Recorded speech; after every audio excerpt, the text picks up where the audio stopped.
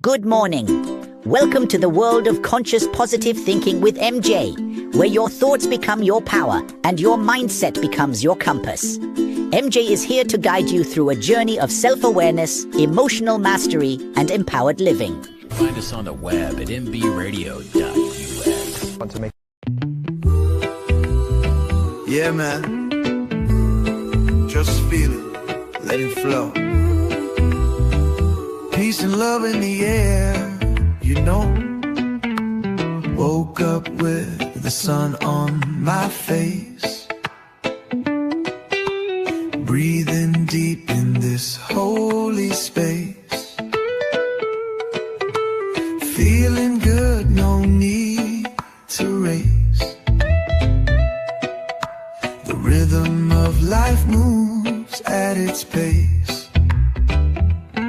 Good vibes rise like smoke in the sky. Love in our hearts, no need to ask why.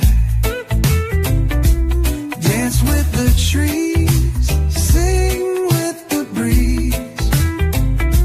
The world of conscience puts the mind at ease.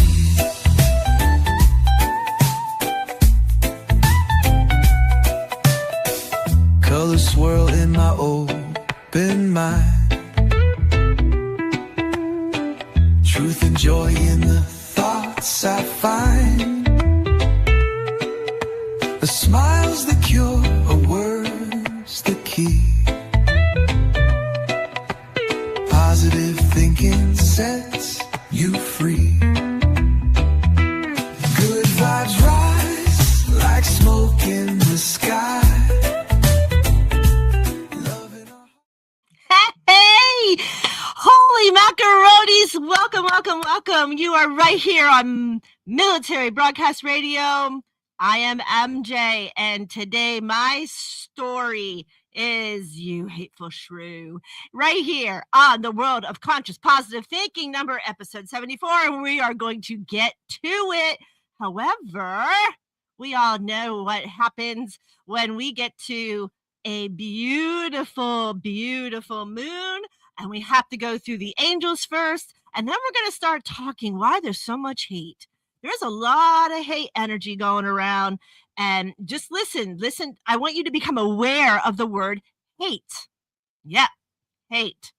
Wow, that's a big, powerful word. That's almost like the F word to me when we say hate, because that is a total commitment of our heart chakra, and we're going to dive deep because it's getting very profound, and I found it to be profound in my journey in 3 months. No matter what state I went to, no matter what campground, no matter where I became this nomad for 3 months with my husband, there was always with the hate word.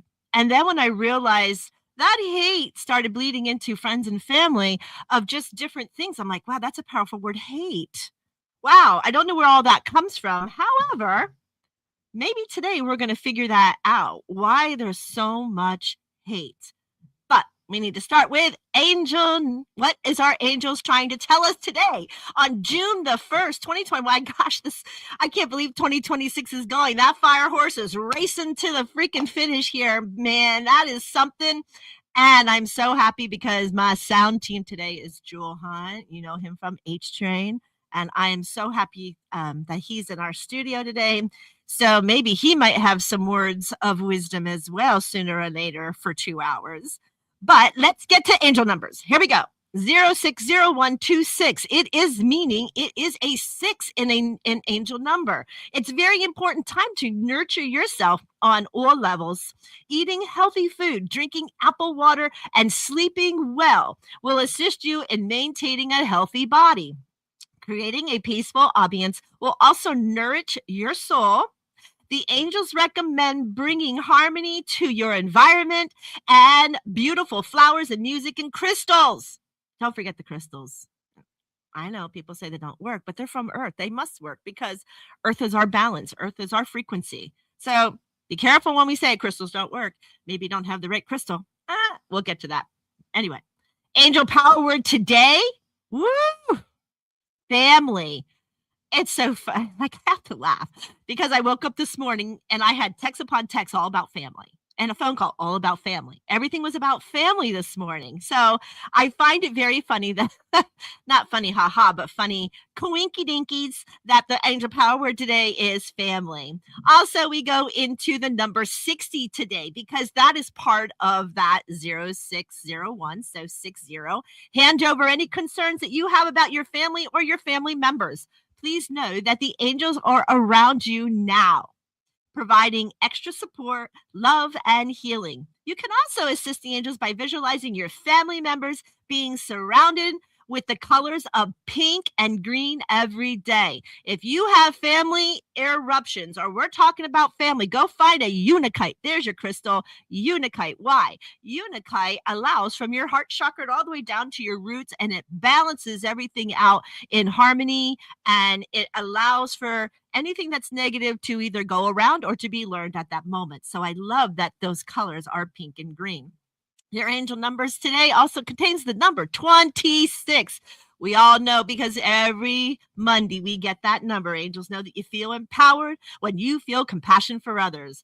Now they're asking you to feel the same compassion for yourself. And it's really, really important that you say no to requests that make you feel uneasy or that you don't feel to be part of. Step back, figure out those feelings, and then move forward. Trust these sensations in the body, that these are your inner compasses of intuition. Number also contains the number 12. So today that number has 12 in it, and it's now time to ask your angels to show you a complete picture. When you do that, the angel's going to deliver that beautiful knowledge, whether it be in sleep or meditation or just an aha moment. It's that finer details of regarding any situation. Archangel Michael's army, here we are, is also surrounding and giving you the strength to stand up, to be true to yourself. Wow, that's beautiful. So I love giving you guys every morning. I always tell you I wake up and look at, except for the day that I'm on the radio, I never look at my angel words in the morning until I'm here, because it's always that that inspiring aha, like kind of giggle going, oh, you are just beautiful. And so you interact so beautifully with messages that are trying to be put out. Now, let's try to get this one in. If you didn't notice, May, our beautiful Taurus, the bull zodiac, had 2 full moons. So when you have 2 full moons in 1 month, we call it a blue moon. It only happens once in a blue moon. And so that is our blue moon, May 30th. If you kind of, this weekend was kind of, oof, I can't sleep, I'm kind of, woo, let's dive in to see what that is, okay? Because that full blue moon energy, that spiritual energetic perspective, it's like, how do I want to say it? It's a powerful moment that we as individuals use for completion and expansion. Full moons always illuminate what has been hitting, or what has been troubling, or what hasn't been dealt with on a full moon. So now you look at all these things to heal them, and it is the moon to go forward to release what no longer serves a purpose in our beings. So on a blue moon, that signifies and illuminates bringing awareness to patterns that we have. So if you are somebody who keeps saying, oh my God, here I go again. Why does this always happen to me? What is happening? So that these full moons, especially this one, this blue moon, is about patterns. Are you becoming aware of patterns in your life? So this is going to help us understand and be aware of some type of pattern. Maybe it's in the beliefs, maybe it's in relationships and opportunities that may have been waiting for that perfect moment to emerge, because the energy is helping you to go forward with whatever change is needed, or the awareness of change is needed. Does that make sense? I hope so, because our moon energies with the energies of the earth really play a huge dynamic. And then with this energy of the moon, then ask yourselves these questions. What am I ready to release? What truth is seeking my expressions? Where is my soul calling me to grow? And what new passage or what new doorway is opening before me that I hadn't realized prior to this awareness? The blue moon literally acts like a cosmic spotlight, like that spotlight beaming on my head right now, It's like, you're pointing with all my new equipment. Thank you, MB Radio. I said, I don't know how to maneuver because I'm a hand talker. We all know that. I'm Italian, so my hands go. Anyway, we're revealing both our gifts and our shadows. Oh, our shadows, the shadow work. Everyone's so stressed when it comes to shadow work because it's deep, it's dark, it's low vibration. But when we do the shadow work, it's no longer there. It becomes into the consciousness. And then we'll be aware of that. And we're like, okay, well, I don't have to deal with this ever again. So there went that pattern. So as far as many spiritual practitioners during the full moon, this associated full moon energy is heightened receptively with intuition. Our intuition now is going to be guiding us. And those themes are like soul expansions, our spiritual awakening of aha moments, increasing of our psychic, like our third eye, our psychic sensitivities, or our divine feminine wisdom. Even if you're male, the best balance is understanding that male female energies that we have. So I always tell people, you can do it, men, because as a female, I was able to go into man sports. I was able, not footballs and stuff, but I got to play sports, right? I got that, my testosterone through. I was in the military. I was in fishing. I was in hunting. I was in snake wrangling. I was in Everglades hiking. These are no longer a male female type of position. So here, when it says divine feminine wisdom, I truly believe that's an enlightenment for men in this realm, or women who have more testosterone energy than estrogen energy, men to become aware. Then we have emotional purification, manifestations through release. Energetically, this is less about attracting and more about creating space within our vicinity or in our realm. So before something new starts to come and enters into our realm, something old often has to depart. The old cliche of the hoarder trying to buy everything, where they're like, be minimal. If you're going to buy something, make sure you remove something, right? So we don't overstack. So in our chakras that are most related now to this energy, and it's the top of our head, of course, focus, it's divine connection, it's spiritual downloads, it's trusting the universal thing. You may notice at nights, or you may notice vivid dreamings right now, maybe Friday, Saturday, Sunday, and a little bit of today, because how the full moon works is it's always 24 hours prior and 24 hours after. So even though the 30th was the primal date where it landed to be full, those 24 hours leading each way, there are some people who feel effects. You can get into people who are very connected to Mother Earth or into celestial galactic energies, and they'll tell you that they feel these energies 3 or 4 days prior to the moon and 3 and 4 days after, which, kind of makes sense if you're in that vibration. So vivid dreaming, synchronicities, and increased intuition, these are all heightened awarenesses in order to keep going across that hurdle that we sometimes get blocked in. And of course, then we have our third eye. Our third eye is always about focus, inner knowledge, vision, clarity. This you may experience now with the moon is strong intuitive insights, enhanced meditations, and seeing situations differently. I love that because that's my thing. I love to flip radials of discussion or events. You can see your truth in an event, but maybe that truth doesn't take our part. So when I say you, it means all of us. I'm not fingering anybody out here, but it is it's an event that we hold, and we're like, is anybody else feeling this?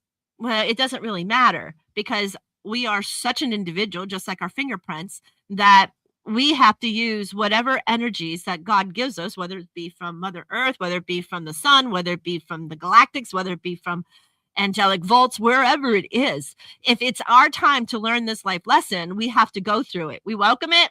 As hard as it is, try to put that smile on your face, because it is that smile that's going to remove those lower vibrations and trick the ego, so we have no judgment to go forward. Our heart chakra during this, normally our heart chakra is forgiveness, compassion, there's my word of the year, and emotional healing. The full moon asks us to release emotional burdens that we've carried far too long within our heart chakra. If we can't forgive, our heart chakra does not allow. If we can't have compassion, and if we are full of emotional sadness or depression, we still have to clear these, because this emotional burden we carried way too long within our heart chakra until all the other things are just going to start, like their centers aren't going to work anymore. So emotional strain and challenges, a full blue moon is often amplifies whatever that has been like just kind of pushed to the side in the background. So common experiences include emotional sensitivity, restlessness, so trying to get to sleep and you just can't, relationship revaluations. So where are we in our relationships? Where are we to reevaluate, moving of going forward? Difficult sleeping, feeling pulled down, burdened, with old versions to the new versions of ourselves. Are we staying in an old paradigm that we have to let go of, and it's hard to let go due to maybe some of the people who are in our realm? That's a little bit difficult to do, and I'm not going to sit here. I can preach what to do, but I'm going to sit here and tell you it's difficult, it's emotional, it's heartfelt, and it's a struggle. And I always tell a lot of my clients, listen, I understand, but you've already lived through the event. This isn't an event that is new if you're struggling with it, right? So if you have grief surfacing for the healing, that grief isn't new. So tell yourself, and I know it's kind of hard, but sometimes I'm, old Knox here, and I nearly tell my ego, stop it. I don't need to feel this. Stop with the emotional side. Show me the learning side. Just stop, right? I pull back. I don't like to be sad and depressed, nor does anybody. But when that happens, we need to push through and rip it like a Band-Aid and clear, balance, align, and let go as soon as possible. A lot of people who, when you're trying to do this, are not, they're in this very low vibration, and they're not willing to say, I forgive, or they're not willing to do what you want. And then this causes this emotional strain that this blue moon can cause. It's like, I'm trying to move forward and I'm not, because there is free will of others, right? When you have free will of others, it's their choice. And if they choose not to be aligned or be balanced or have forgiveness, that's on them. You no longer carry that karma because your heart chakra became open. Make sense? So rather than resisting the feelings, witness them and ask, what is this emotion teaching me? And every emotion carries that information. So our heart does pull our strings a lot, and sometimes we don't even understand why it's pulling our strings. And so in that aspect, it gets to be, you have to just step back, become aware, step back, pull back, and say, okay, thank you, and push through it. Just keep pushing through. So during this energy, I always give I change up my prayers. So my Hindus are always into my demigods of my highest developer, who Father, Mother, God. So in Hindu, that deity aligns for the blue energy moon. One of the most powerful deities to work with this energy would be Lord Shiva. What does Lord Shiva represent? Transformation, release, spiritual awakening, destruction of illusions. Remember, illusions can be fooled, right? That Maya illusion is always a foolish illusion. So be careful when we talk about illusions of what is actual factual and what really is not. So be careful of destructive illusions. We call those the Maya illusion, because the Maya illusion wants to give you like, oh, you're going to win the lottery, and it peps you up. But then what happens? You never win the lottery, and now you just get depressed because you had the illusion that you're going to win it. They're called Maya illusions. And sometimes they happen with these once in a lifetime blue moon. Once in a blue moon. So be careful with those types of illusion. You're better off maybe that you can say, I know that wealth is coming to me. I know that prosperity is coming to me. Why? Because I'm allowed to be, and I deserve to be what it is that I will. And you're willing the amount energy your way. You're allowing that prosperity. So This is how we get along with destructive illusions. So we don't get ourselves more in a rabbit hole or, a hamster wheel of saying, well, I prayed on the lotto and I did this in the lotto and the illusion that I got in my meditation, I won the lotto. That's great manifestation, but remember that is a Maya illusion. You can't have 100% faith because how long is it going to take for that to happen? So if it's a readily thing, just be aware of what we wish for, what we manifest, and how our illusions are attracting our knowledge on a daily basis. And then the very last one for this one is creation of a new pathway. The old structures no longer support our growth. Shiva helps clear out the way for new beginnings. So how's it work, Mary Jo? We're gonna sit here. So when we do Shiva Mala mantras for this energy to help remove the obstacles or help remove any of the divine self within. So now we're gonna bow to the divine self within, and it is Om Namah Shivaya. Om Namah Shivaya 108 times every single day, 108 times. It is on a mala. You can do the beads. You can do it during the moonlight, and it's the best time. Once you get the moonlight, it's that moonlight energy that's hitting you. Then you go focusing on releasing all the old energetic patterns that don't fit you today. Ask them for help to remove these energetic patterns. If this is you constantly, or this is always happening, or here we go again, or I don't know what the hell I have to do to get out of this cycle. So if these are your words, pay attention, because this is your moon. This is your moon of awareness that you are allowing things, to get pulled back. So just keep that in mind on those old releases, and always offer gratitude.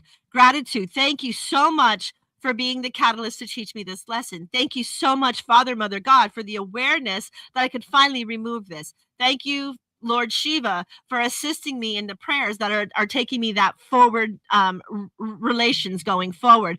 Good morning, Tony. Yes. What are you saying? MJ, bringing positive. Thank you, sweetheart.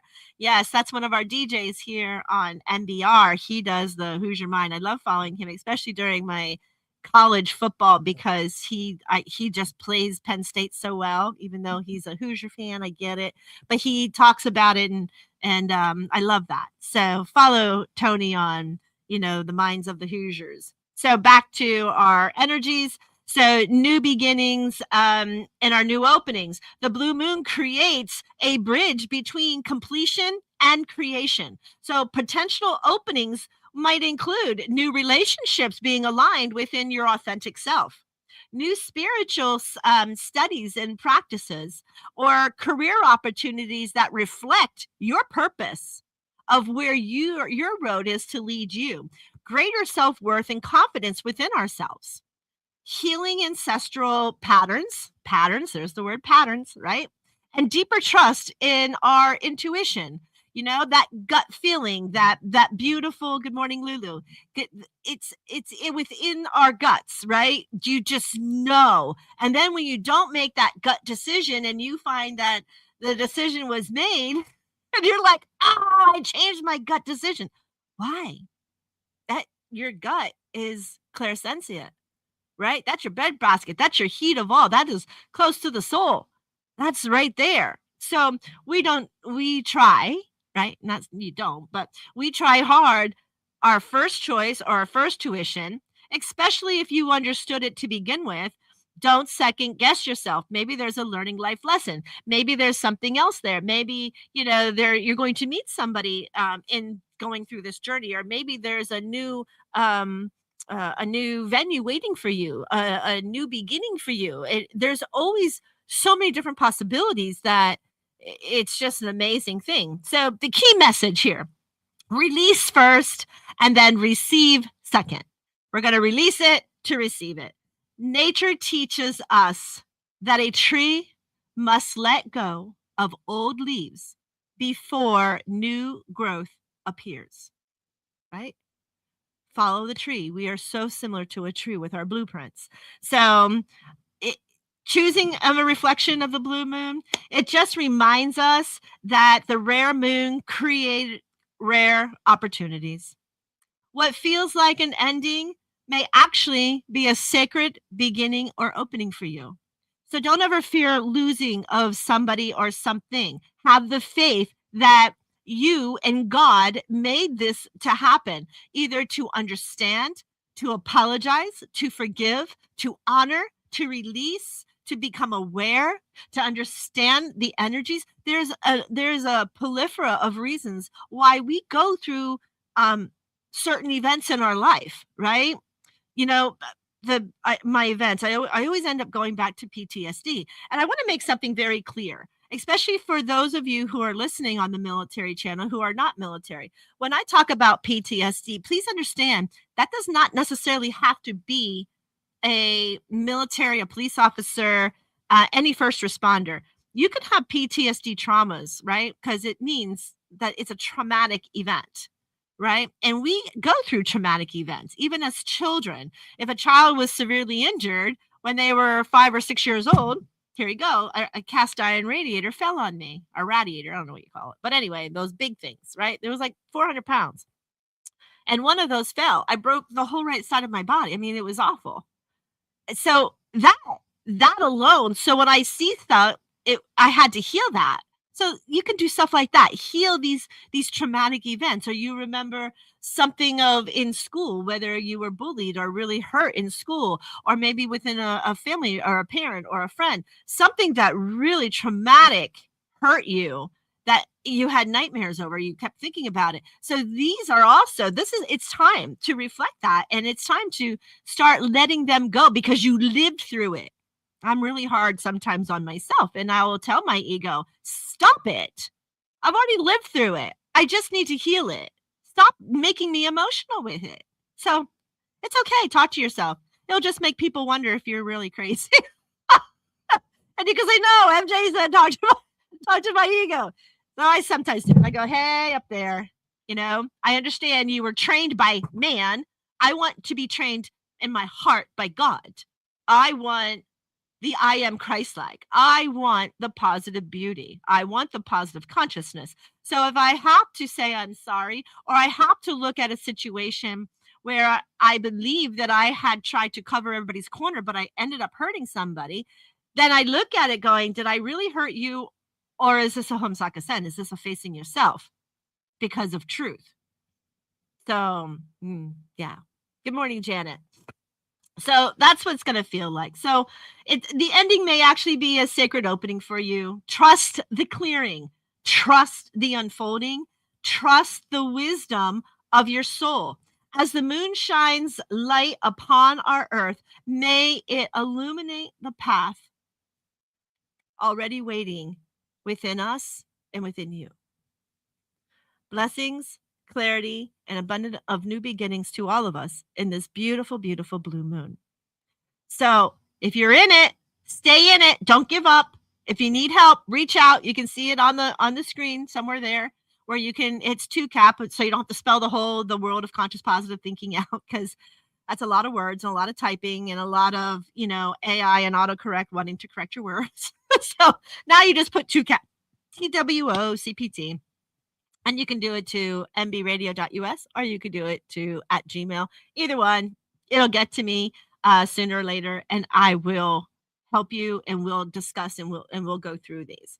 So now I need to take a minute, and then when we come back, we are going to talk about being a hateful shrew. Even if you are a man, it's kind of a neat word. We're going to discuss it. We're going to find out why there's so much hate, and we're going to figure out how to bring that joy back into our life and have just a little bit of harmony. All right. Listen to mbradio.us. I'm MJ right here on TWOCPT, the world of conscious positive thinking, every Monday at 9 o'clock. And I'll catch you in a minute. Dream big, start small, but most of all, start. Whenever things get rough or it feels like you're at the edge, remember this: storms pass. Tough times don't last, but tough people do. You've got this. Even if today feels tough, your best chapter is just around the pond. Whenever things get rough or it feels like you're at the edge, remember this: storms pass. Tough times don't last, but tough people do. Small steps still get you to big places. Keep paddling. Whenever things get rough or it feels like you're at the edge, remember this: storms pass. Tough times don't last, but tough people do. The station where our veterans' voices are heard. MBR Talk. Hey, thanks for supporting our channel by watching and listening. Find us on the web at mbradio.us.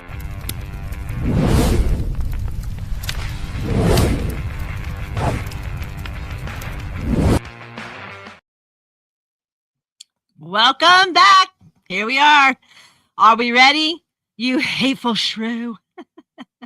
So I have to let everybody know I'm a big Bang fan. Huge Big Bang fan. And I find it so coinky-dinky that some of the stuff that they talk about bridges science and spiritual realms together, especially when we talk about spooky relativity, or we talk about quantum entanglement.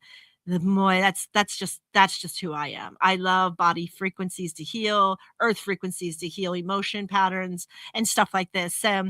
The episode I was listening to that just happened to catch my awareness of the word hate is where Leonard's father was divorcing Leonard's mother, and he comes in and he says, "Hello, you old something," and he goes, "Well, hello, hello, my hateful shrew." And I was like, okay, there's a lot of hate. Why is there so much hate going on in the world? So the phrase itself, "you hateful shrew," is usually supposed to be like an insult. Not usually.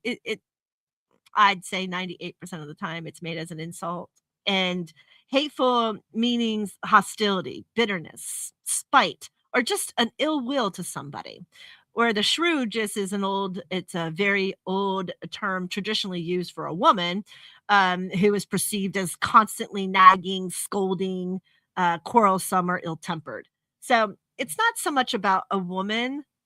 This particular show, I named it because together that hateful shrew describes someone who the speaker sees as both mean-spirited and unpleasantly argumentative. It is a very strong, very negative expression, and it's often considered just disrespectful to whoever it is, which goes right along with the word hate. It is such an ugly word. I always say that word reminds me of the F word. It is just a very low vibrational word that doesn't do anything when your tone and you are angry about or depressed or sad or bitter or whatever it is, resentful. Those words don't help. They just are not helpful words. So if somebody is calling you a hateful shrew, they are really expressing anger or resentment toward you and your words or your actions, whether or not that description is fair or accurate in your truth or in your mind. If you saw the phrase in a specific context, then the conversation, the books, the dreams, the spiritual passages, or the relationship dynamic, then it becomes a little bit different in terms. Okay. So in that aspect, what is a hateful shrew? It's such a profound. And what does it do to our ego? What does it do to our mind? What does it do to our soul, our heart? How does that align our chakra patterns? How does that align with our faith and our mind power center or our love center, or our order or our will or our conditioned, our, understanding centers? So now this hate now is more than just an emotion, because hate is an emotion. But now it becomes more. It now becomes a reaction to learn a pattern of a protective mechanism that has been built by man. It's been built by man, right? And a wound. And in many spiritual traditions, that signal can literally sometimes within us is seeking that healing or that understanding of why you are so hated, or why you hate, or why the word hate is in existence. So what does hate mean? We're going to go back to the Hateful Shrew. Hate is an intense feeling. It's an aversion, hostility, rejection, oppression, opposite towards a person, group, situation, belief system, or even part of ourselves, right? Oh my God, I hate that person.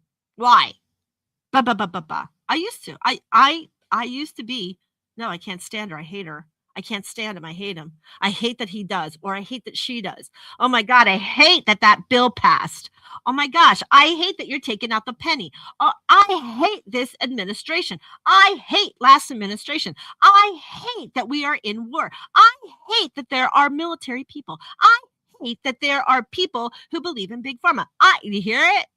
How many times have you heard somebody, I hate, I hate, I hate, I hate?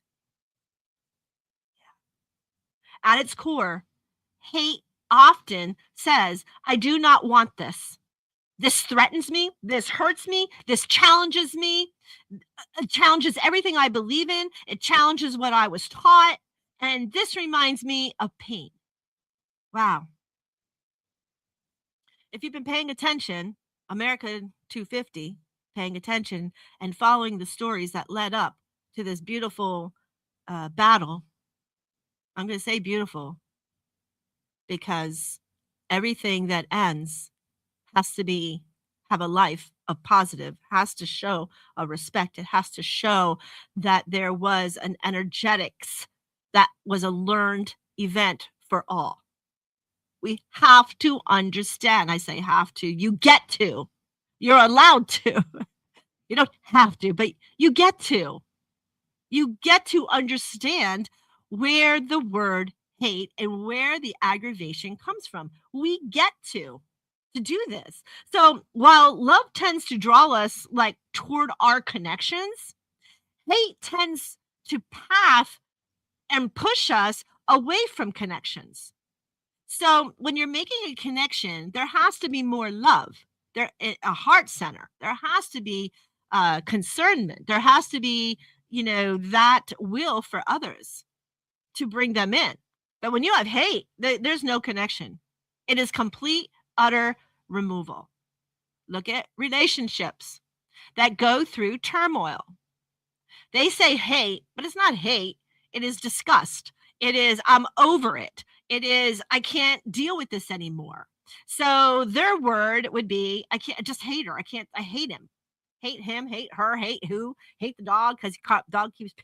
So that word then becomes your total and utter block of your heart.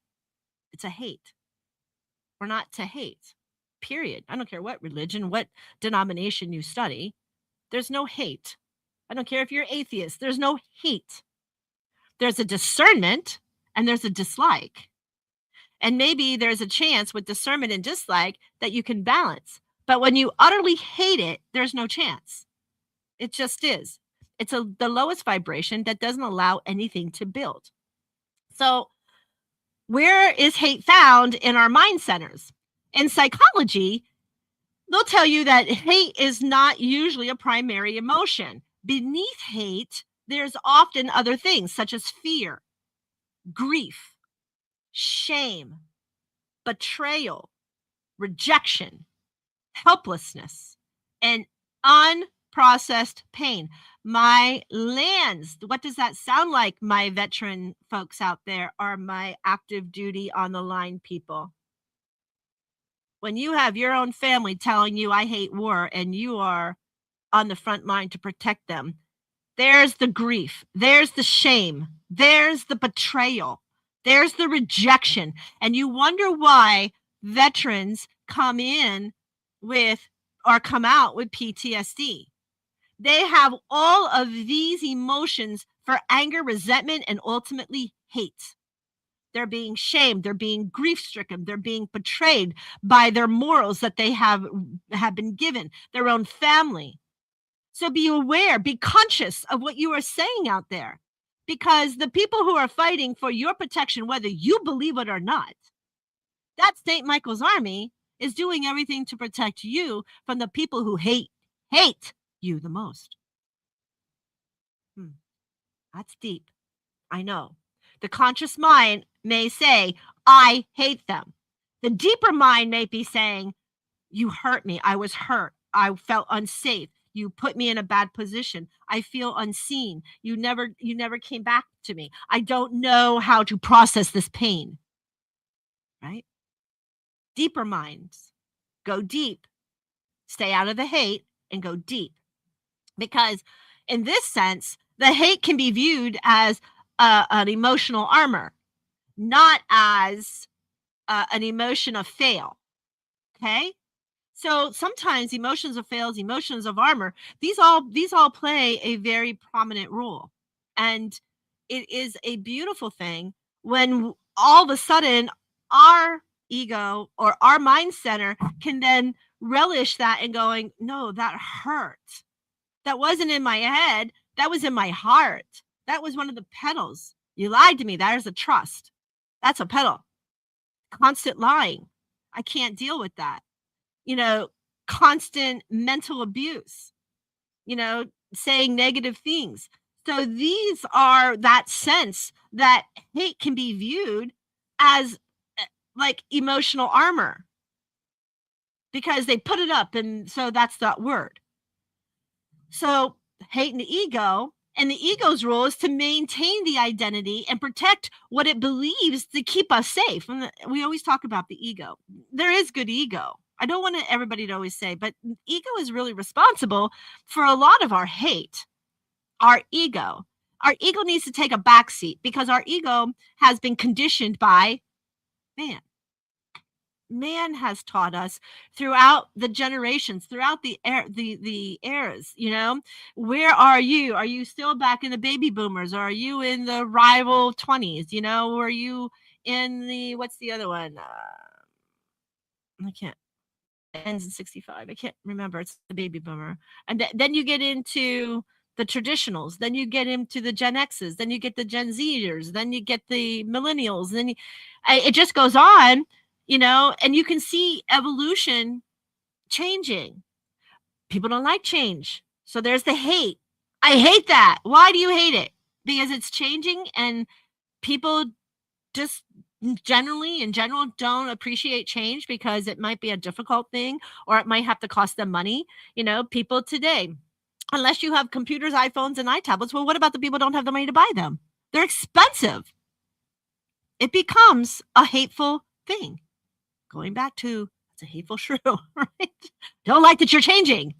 So now we have to understand, okay, well, nobody said you had to buy it. But understand, not a but. However, you need to understand without trying to figure out how to get some of these modalities or pieces, you may be kept in the dark. Even our television sets are going to app centers. They're no longer buying a DirecTV or a Dish Network or whatever is supporting your cable at the time, right? It's analog, not digital. So there's a major expense because things are being changed digitally to create the Wi-Fi with the satellites, right? Analogs, sometimes it was very hard to do this. So understand the rule of playing. Don't just automatically go to hate. Feel that. Okay, I want to say the word hate. Let's breathe and tap. Where is it? Why? If I don't even know anything, how could I hate it if I don't even know the whole thing about it? Digest it, process it, and come back. So the ego's role is to maintain that identity and protect what it believes for us to keep safe.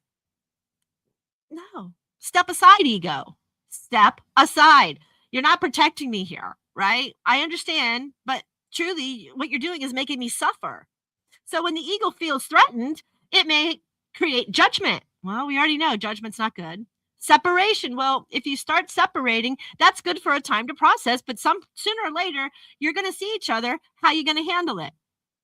Blame. It's everybody else's fault, but not you. You have no fault in this pattern.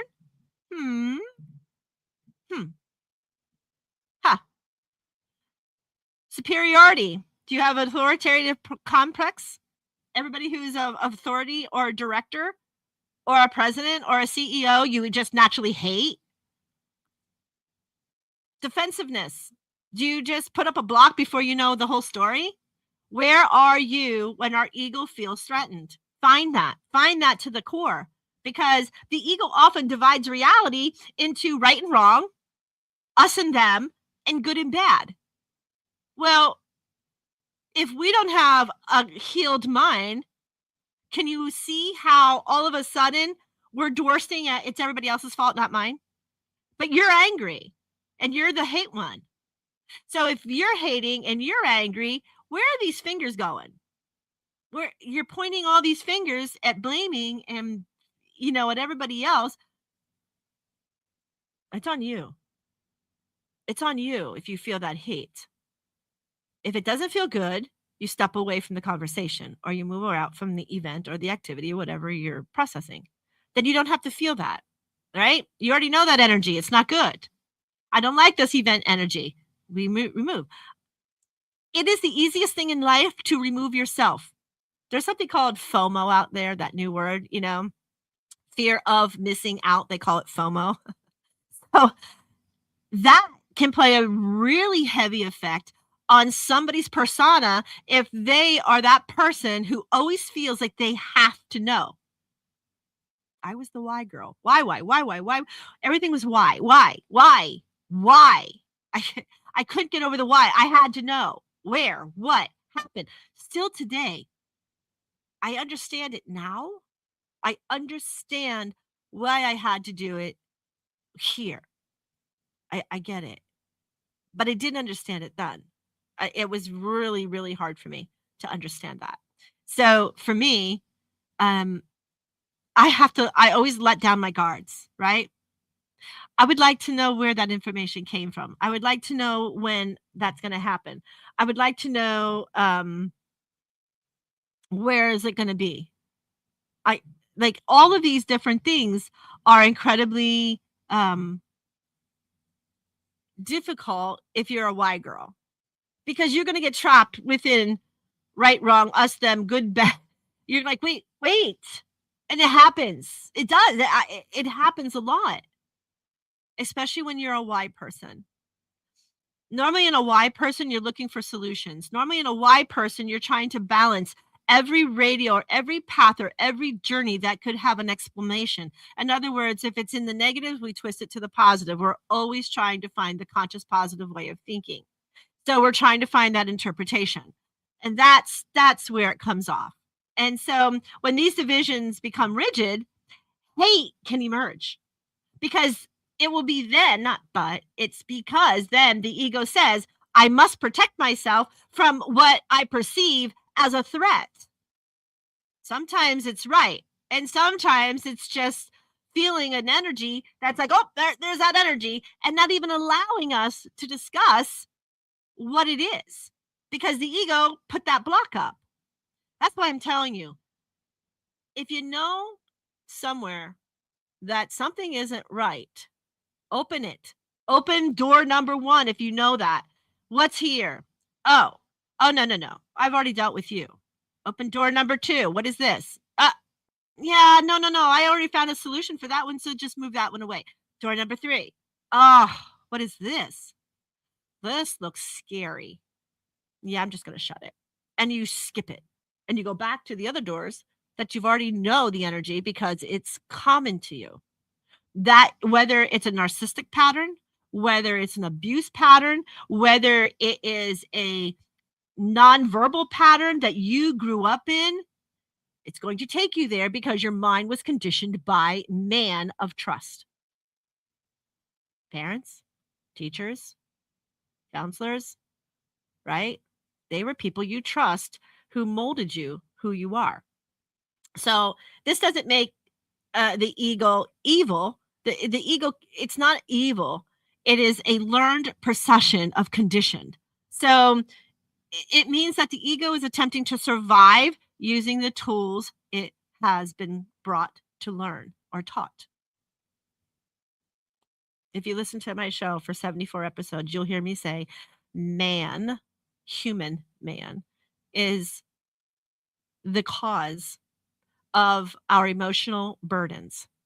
It's the truth, because we learn differently from our tribe. Our tribe is our family, our ancestors, right? Whatever they brought with them is what we learn. Whatever our daycare, when we send our kids to daycare, whatever they were conditioned, they're learning. Hence, if you are in a different state or a different mindset area, it's going to be different. The mindset of consciousness is going to be different because trials and tribulation of ice, snow, and cold weather. I don't have those trials and tribulations of ice, cold, in Florida the last 38 years. No, I had hurricane, rain, and torrential tropical storms. You don't have really those up in this neck of the woods. So I'm giving a simple, you see how different areas have different things. That's the easiest one I can come up with. Florida's hardly ever, under 60 degrees. It's always a beautiful weathered state unless you get into hurricane season. Then you got a lot of rain. Then you feel like you're in London, except you don't have the cold. Or Seattle with the rain. You just don't have the cold. So it depends on where you were raised, where you were brought up, and how you were brought up for your morals and everything else in order for you to move forward. So if somebody goes, I can't follow that because their morals are brought up was different. That's the interpretation. That's our perspective. That's how our mind, our ego interprets the smaller patterns. So this doesn't continue with the hate of the conditioned patterns. So when you have hate and conditioned patterns, then many forms of hate are learned. So children that aren't born hating people because of religion, because of race, because of politics, because of their social status or their wealth status or their culture, then these children who are not brought up to be that way, doesn't matter what state that they live in. But if they move to a different state, just like our beautiful Civil War, where we had the Yanks and the Confederates, now we have trouble, right? It was the battle of the minds. It was the battle to see who would win. It was the battle to see who was more dominant. It was a battle of what was right, what was wrong. Well, if that battle was truly about Abraham Lincoln freeing the slaves, then I would say that the right people won. Right? We don't slave anybody. And I believe in that. So that's my truth. Somebody else would say something different, but that's my truth. Knowing the facts that I know, I hold 100. I was not born in any of these, Now my father and before him had religious, discrepancies or race, and political views. I mean, political views is something everybody has even today. Look how ugly this has become. And that's children. Children are being prompted. Children are being prompted by the state they live in, by their teachers, by their daycare people, by how they work around different people, how they shun them or they don't shun them. It works the same. If you had LGBTQ in your family, but another family didn't, it was extremely hard for LGBTQ people to come out. That's what happened to the other side. Now the military is removing the transgenders. There has to be reasons. It's not just a hateful shrew. There's reasons behind it, right? There's also different reasons around not taking them out. It is conflictions. It is a very big conflict. If I want to dress like a man, who's to tell me I can't dress like a man? If I wanted to go fishing or hunting, who's to say I can't because I'm female? I identify as she, her, or whatever they are now. That's not sarcasm. That is just making things evolve that may not necessarily be evolving. It doesn't, you are you. Give me your name. That's your name. I don't need a title. I've never had a title. People hate that. Why don't you put a title? Why do I need a title? Who's titling people except for those of power? See? I don't believe that. I believe that what you earn on merit is where you succeed. If you're not going to earn it by merit and do hard work like they brought people in to do, then I can't understand why you're hating those that do. It's troublesome. So now we have to figure out why. And so we go down through these things. These attitudes of religion, race, politics, social status, culture, monies, elite statuses, these attitudes are often conditioned through family systems. Here we go again. Communities, teaching, media, historical wounds, and personal experiences. This is where all of this, I'm not used to having a mic, all of these come through. Very, very evident. So the nervous system, our nervous system, then our brains, like, remember this pain, remember the hurt that it caused. Military here. My hair, right? Basic training. It was one of my shows. I had girls from the Bronx and Harlem and New York in my squad. They literally beat the pulp out of me because I couldn't braid my hair. I got the squad in trouble numerous times because of my hair, and they had had enough and they hated me. So I got booted in the middle of the night because of my hair. If a painful experience becomes attached to a person, group, or circumstances, the mind may generalize and create hatred as a defense mechanism. I don't hate those girls. I honor those girls because the boldness of me not wanting to cut my hair silly because it grows truly was making everybody else responsible. That was my event to learn. I was going to learn it as the hard knocks way, obviously, because I was very much the person with the thing on her shoulder who was like, okay, knock my block off.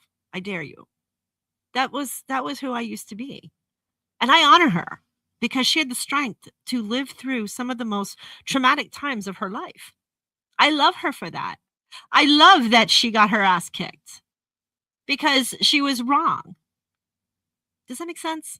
I know sometimes it's hard. And, somebody goes, well, you shouldn't have to pay like that. No, should is not even a word I'm allowed to use. I understood at the time. I understood the trending at the time. I understood the relative effects of having some of these people within my realm. At that time, it encouraged me to be more empowered through strength. It empowered me to live a brighter life of an awareness. I honor that.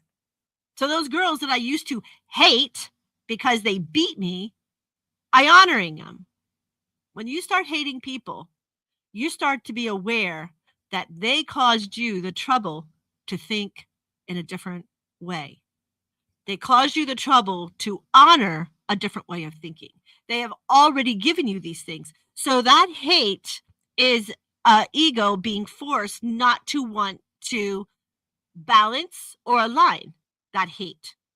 Now, I know they're going to say, well, MJ, if somebody killed my sister, I hate them. Or if somebody killed my brother or my friend, I hate. Ooh. Yes, I understand. Very painful. It's very, very painful. And I get through this conversation a lot with a lot of happenings of, do they deserve to die? Did they deserve to get beat? What's going on? There's something happening in New York the last couple of nights I heard. And I get the questions. So what do you think of that, MJ? And I said, the moment that you say stuff like that to me is like you want to be angry with somebody who believes in reasoning, somebody who wants to believe in conscious positive, somebody who wants to believe that there has to be a moment of learning. And I also believe that you came with a list on. Now, whether you made that list asking them to be the catalyst, that's a rough call. That's on you. You asked to be there. If I knew that there was a feud going on or there was a protest going on, you would not find my ass there. Why? Because I know they're full of hate. What happens? Nothing good happens in hate. So why are you jumping on that bandwagon? It's not a peaceful protest. It's obvious. Well, it was. No protesting is peaceful, period. Sorry. People can yell at me. They can get angry. But that's how I feel. When you protest, you're not explaining. That's why they were ridiculing the no kings. There was no explaining. Like, I heard how many times this is so stupid. I hate this. What are they doing? There's no kings. Like, you hear things and you're like, oh my God. Can't you just let it go? Turn off the TV. Walk away. You're not part of it. The more you're talking about it, the more they're getting in your head. And they don't even know what the heck they're talking about half the time. We haven't had a king in the United States in forever. I don't know. It's okay. Because then they're going to say, well, this is what it meant. No, I didn't know that. No, it didn't even make sense. So it's how you were brought up is how you're going to hate. It's the conditions of your family that create that hateful seed within us. Because then we don't heal it unless something happens that is going to make you aware. Me, the Harlem girls made me aware it's not your way. And I'll be very blunt. It's not your way, bitch. And that's exactly how they said it. I had to learn that. Yep. Did I survive it? Absolutely.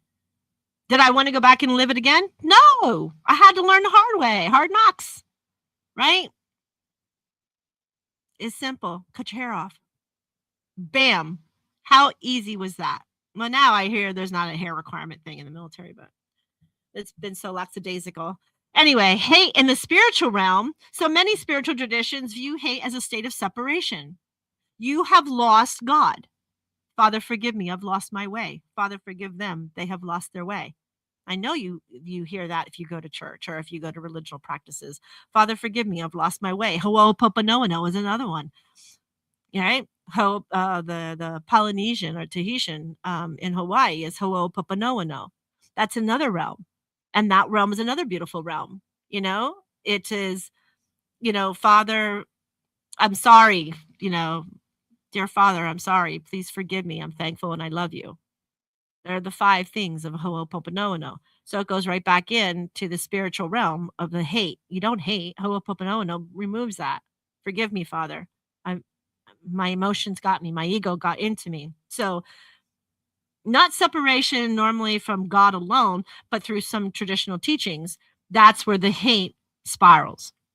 So rather separation from our compassion, and it's separation from our understanding, our separation from our unity of all. And it's a deeper truth that lies back in our interconnectedness.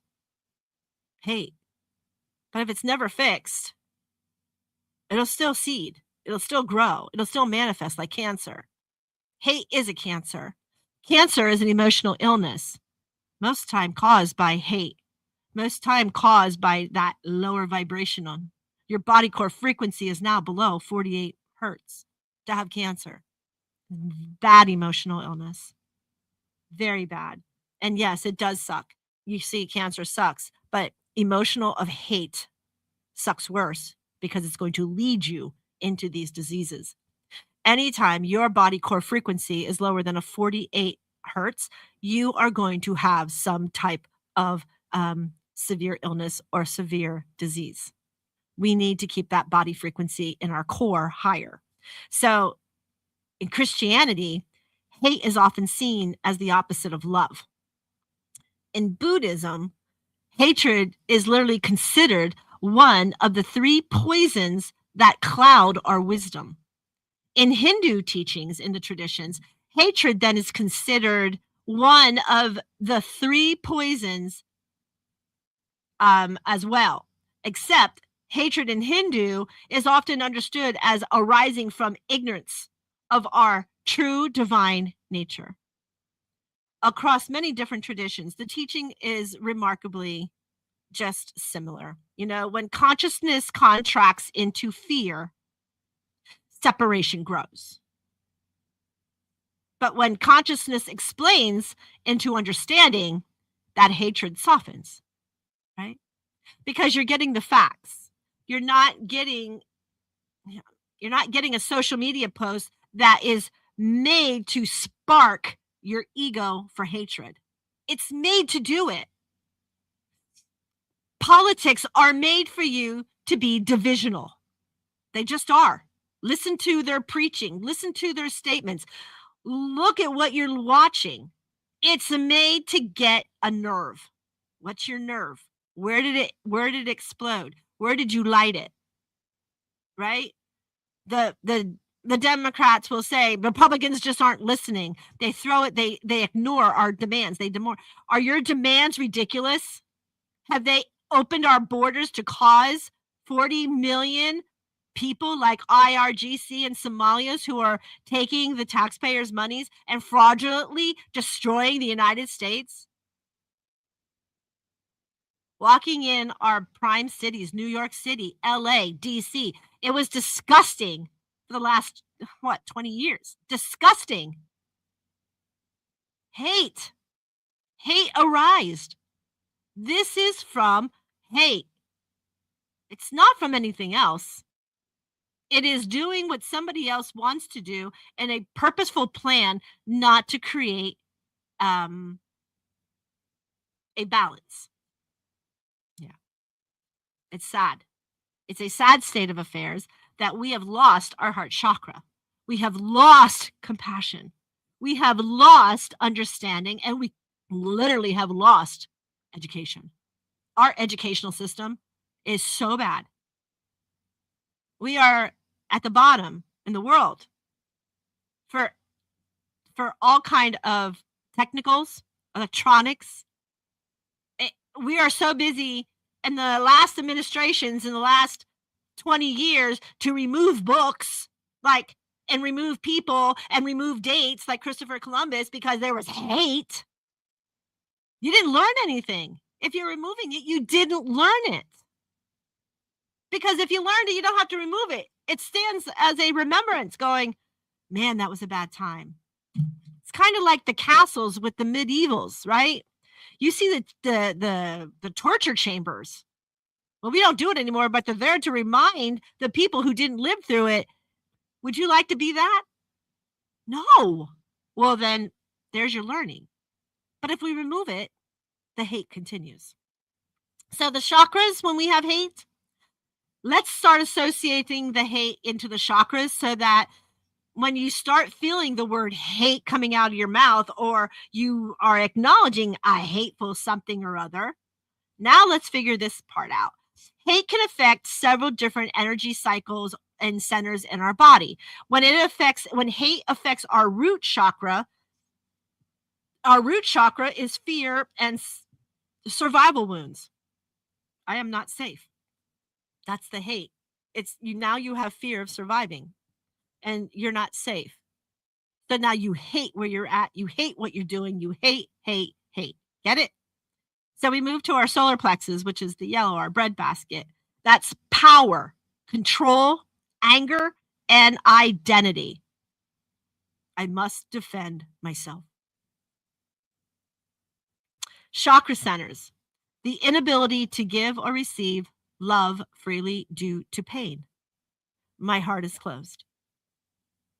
I just recently saw somebody, and I watched them for a while, and they'd never asked me what I saw around them or in them, nor was I willing to speak from the outside. But I finally got the chance in a discussion to tell them, you went from the lion's heart big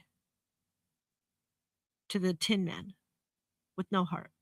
It's just cold. It's armored. It's not allowing anybody in. It was from one side to another. There was no in between. That's the journey. It went from here, jumped, and came right over here. When somebody in their heart chakra, and you have a tin heart, and I see that is just not allowing. You do it for time. I can understand spiritualists blocking everybody's energy for time, for them to process and to figure themselves out.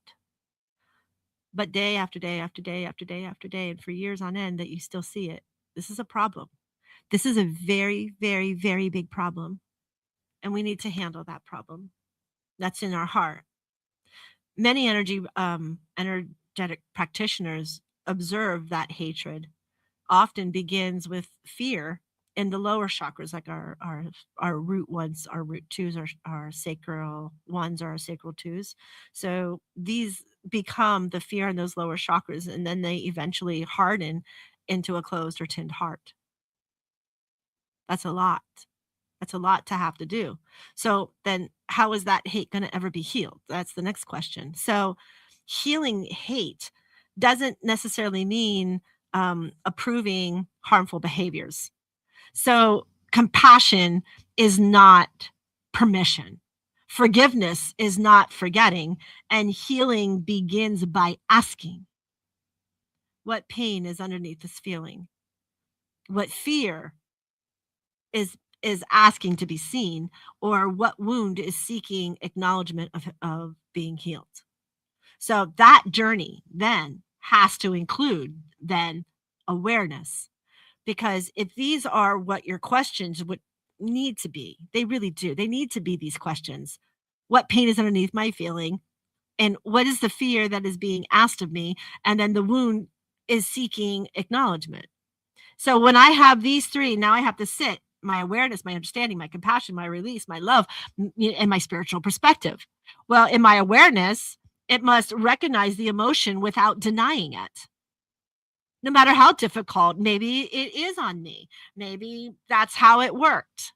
Maybe that is on me and I wasn't aware of it. So the awareness is now recognizing the emotion without denying the event of the emotion.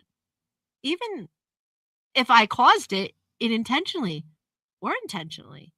Then you have the understanding, discovering its roots. Where did this come from? Why does that make me angry? Have I been hurt in the past with this? Where is this event in my life? Is this a new event? Is this a pattern that I'm seeking? And then it becomes the understanding. Oof. Right? So the understanding is discovering where the roots are to get to the seeds so that we can heal it. And then it goes back to, I love my word, compassion. Offering that grace to ourselves and others. Compassion. I'm sorry, I didn't understand. I'm sorry, I didn't have this information. I apologize on my actions. I had no idea that what we were saying was the opposite of our logics moving forward. These are the compassions. And then we go into the release.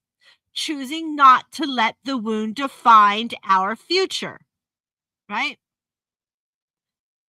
An example for people who are probably older than 40 and older, and sometimes even those between 30 and 40 would have gotten this on the Gen Xer families who weren't healed, which is children are to be seen and not heard. Well, guess what? When you're no longer a child and you're an adult, you got a lot to say. You have a lot of anger buildup. You have a lot of resentment buildup. You have a lot of dysfunction buildup because children were to be seen and not heard. So what did the world do? The world now allows the children to be heard and for whatever they want to talk about. So now we've gone from this side of no to this side of allow. Where's the middle? Where's the middle grounds? You can, but you may not be disrespectful. You may speak, but you may watch your tones and your words. Where are those people teaching that? Okay, I understand you're angry, but these are your tones and words.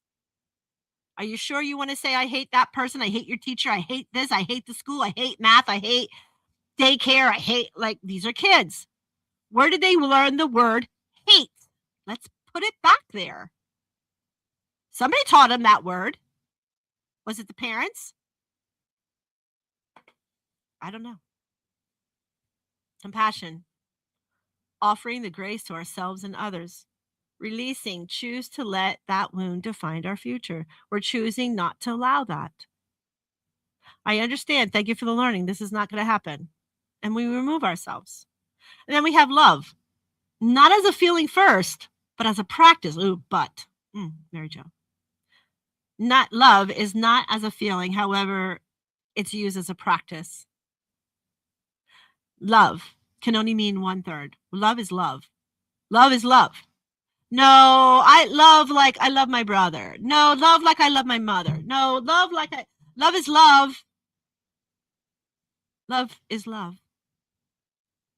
When you say I love you to somebody, that is your 12 petals of your heart saying, I'm honoring you. I love you. Right? I love my job. I love my retirement. I love that I was a veteran. I love that I had my children. I love that my father lived his life path until he left. I love that he's back with our Lord and Savior. I love that he's with my ancestors who's crossed. Love. Love not as a feeling first. Love as a practice. If you can love, there's no hate.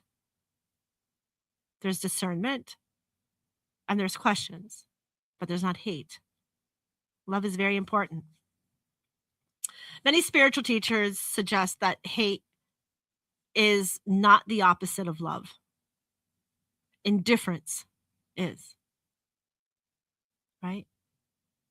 So hate and love, they're not opposite. I understand that's what we were taught, but hate comes with indifference. Hate often indicates that a strong, energetic connection still exists. Hate. Love indicates a very strong, energetic connection that exists too. So if you have the same person who claims love, but also claims hate, then you can ask them, how can you hate when you can commit to love? If you can commit to love, why aren't we committing to this hate thing? Why is there commitment? Ask yourself. If I can truly say I love, and you know if you love because you have grief, if you love. And why do we have grief? Because we didn't have faith. That's another show. But hate, let's go back to it. Love is not the opposite of hate. Indifference is. Hate often indicates that a strong, energetic connection still exists. When healing that occurs, hated frequently transforms into understanding, accepting, neutralizing, balancing, wisdom beyond what you already had, and compassion. So to heal the hate, then we have to have understanding, acceptance, balance, neutrality, wisdom, and compassion. When we get these, we are unstoppable. We are in such a high vibration that hate can't exist. The goal is not necessarily to love every person who has harmed us. The goal is freedom. Freedom from carrying that wound. Makes sense?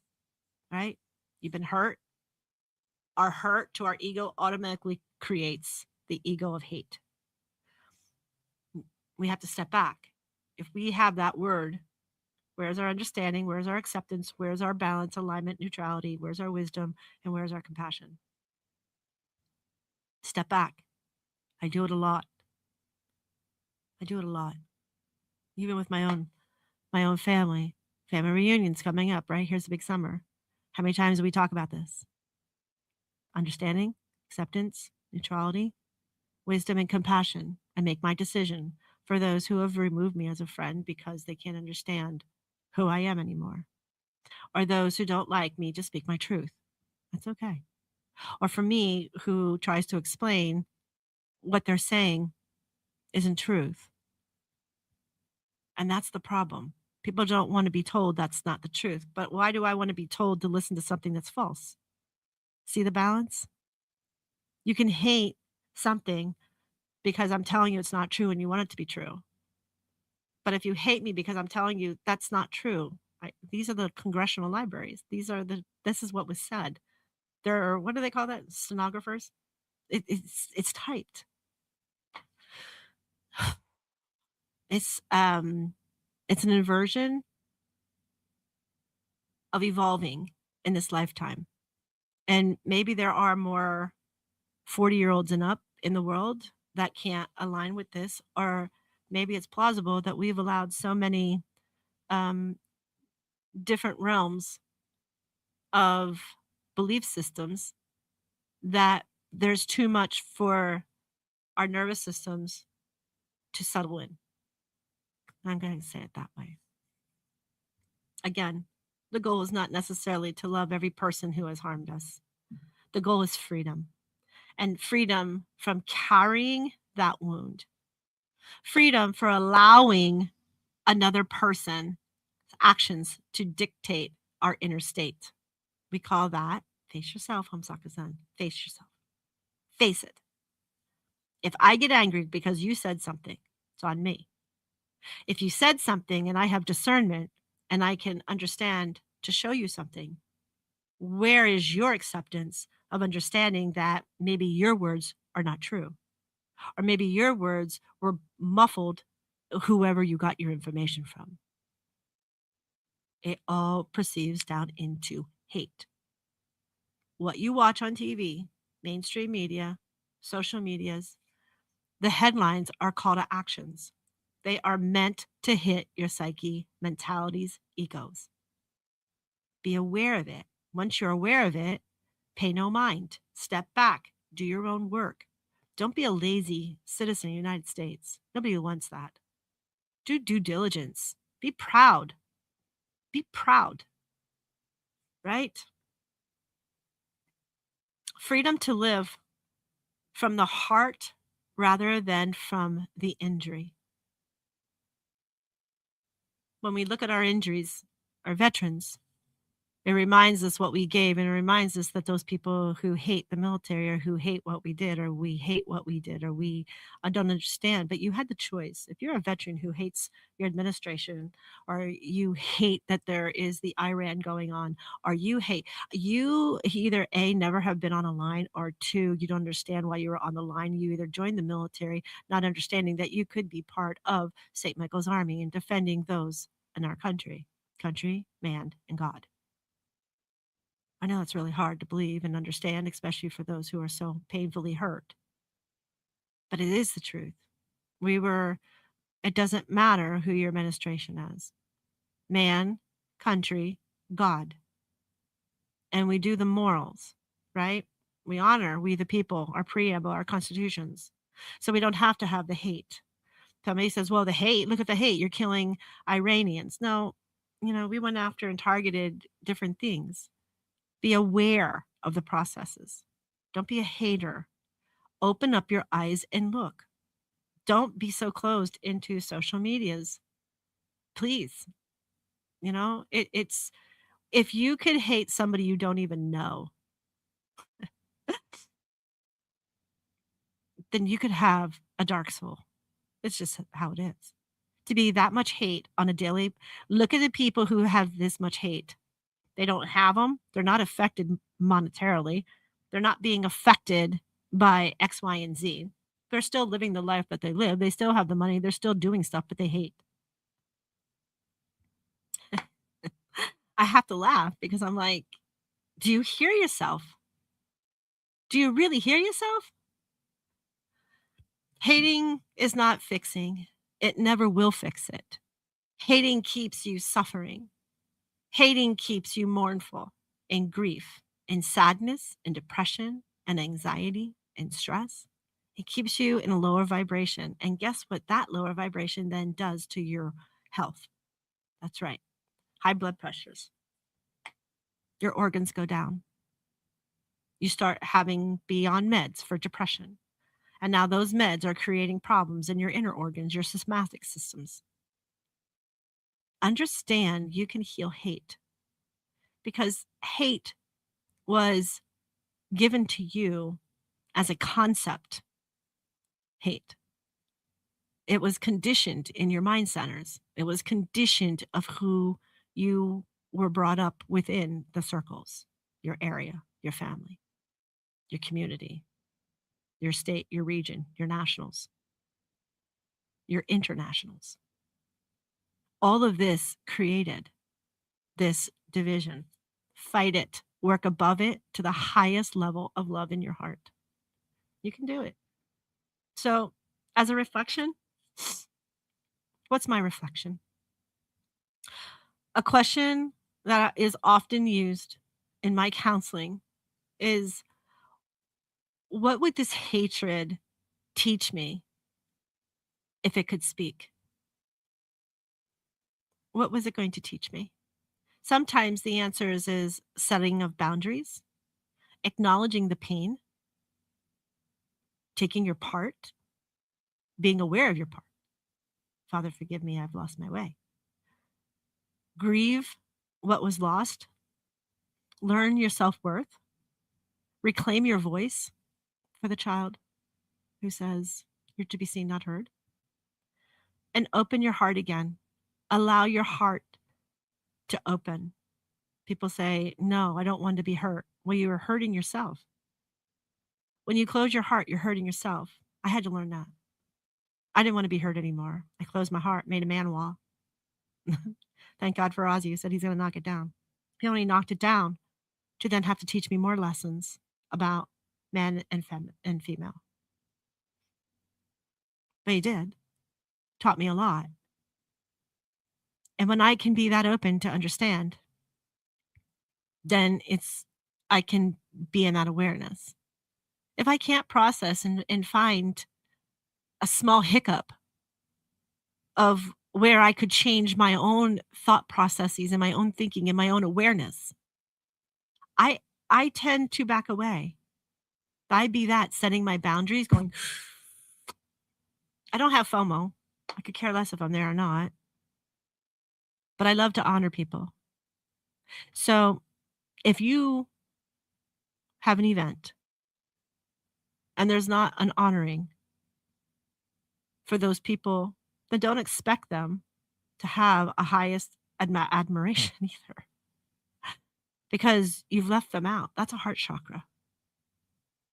Feeling alone, abandoned, not wanted. Right? Family reunions, everybody's getting emails but you. Huh. But you've already put it out there. Family reunions, no texts, no emails. Right? And because of political reasons, the person who handles it, well, guess what? They removed you as friend. So they could say, well, we posted it. No, you didn't. Did you post it for public and everybody? Because if you are not a friend and you removed yourself from a family member, you're not on that list anymore. So social medias will no longer be able to be seen. Do I hate? No. I honor, because I became aware of the energy, whether it's family or friends. And I'm going to tell you, folks, family is the one who's going to hurt you the most every time. It's family, not really friends. It's family. Because your heart of your family is not supposed to hurt. But they have their own journeys, and they have their own values, and they have their own morals, and they have their own way of looking, no matter if you're in a family unit or not.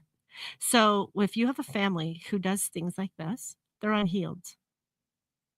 It's okay. Sooner or later, they're still going to be unhealed, unless they really truly get help or somebody points it out.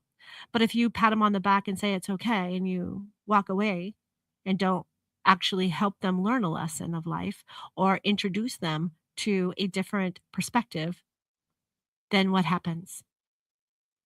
So again, reclaim your voice, reclaim your boundaries, reclaim your worth, and open up that heart. Because when you can speak of love and not hate,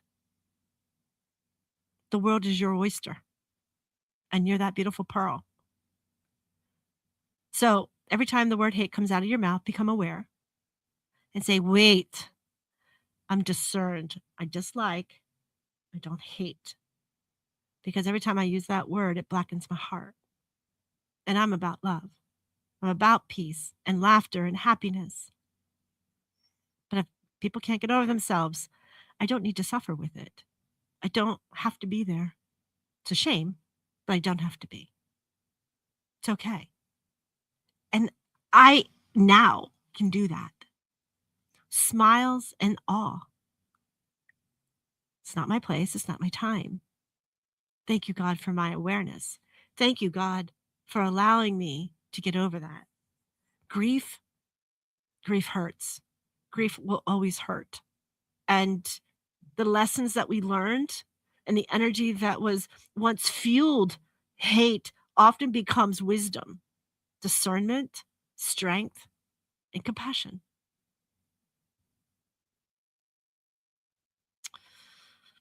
For many people, to share an observation, it can feel as though the word hate has become more common in everyday conversations in public discourse and online interactions, computers, social medias, gatherings. Whether hate itself is increasing, it is difficult to measure, yet several factors can make it seem more visible or more intense. So, what does that mean, Mary Jo? Let me go and break this down. So, information moves very fast, faster than wisdom, really, right? It's kind of like, have you ever like said something and before you knew it, you had like 5 phone calls? You're like, holy shit, that got out quick, right? So, information sometimes does move faster than acknowledgement of wisdom. So human beings always have experiences this conflict of fear, prejudices, or divisions. And so it's that first fear that has to react into a hate scenario. What is different today is that the speed of which those emotions are catching them. So the politics that are pissing people off, that are in everybody's face, think about it. Before 2008, you really didn't hear too much because our social medias weren't there. Remember that? I think they were 2006 social media started. So before it was like, oh yeah, election year, and you'd have your newspaper, it'd be in your newspapers, right? Or sometimes in your congregations, why politics are in churches, I have no idea, or religions, but sometimes they would be in there, the Democrats. Or you go to a fair. Oh my gosh, I have a discernment. When you go to the fair and you see predominantly a political booth or a running of a mayor or a governor, any of it, you don't belong in a fair. A fair is for people to relax and have fun. Why are you putting this at a fair? To cause hate and negative at a happy event? That's how I see it. Whether you're Democrat or Republican, I don't give a shit. Why are you doing that? They're not there for political views. They're there to go to tractor races or demolition derbies or, horse races or, carnival games or to bring money in for the volunteer fire departments. Like, this is what it is. Why are you bringing politics to it? Shame on you. Shame on you. Because you're deriving the hate. You're further embedding that hate. So what is the difference today that speeds that emotions up? Social media. It is what it is. A person's angry can reach millions within minutes by provoking a title. Do you know who's really bad at that? I'm going to call them out. WNEP, Channel 16 in Scranton, Wilkes-Barre. Horrible. Horrible. Your headliners are upsetting people. Just the headlines.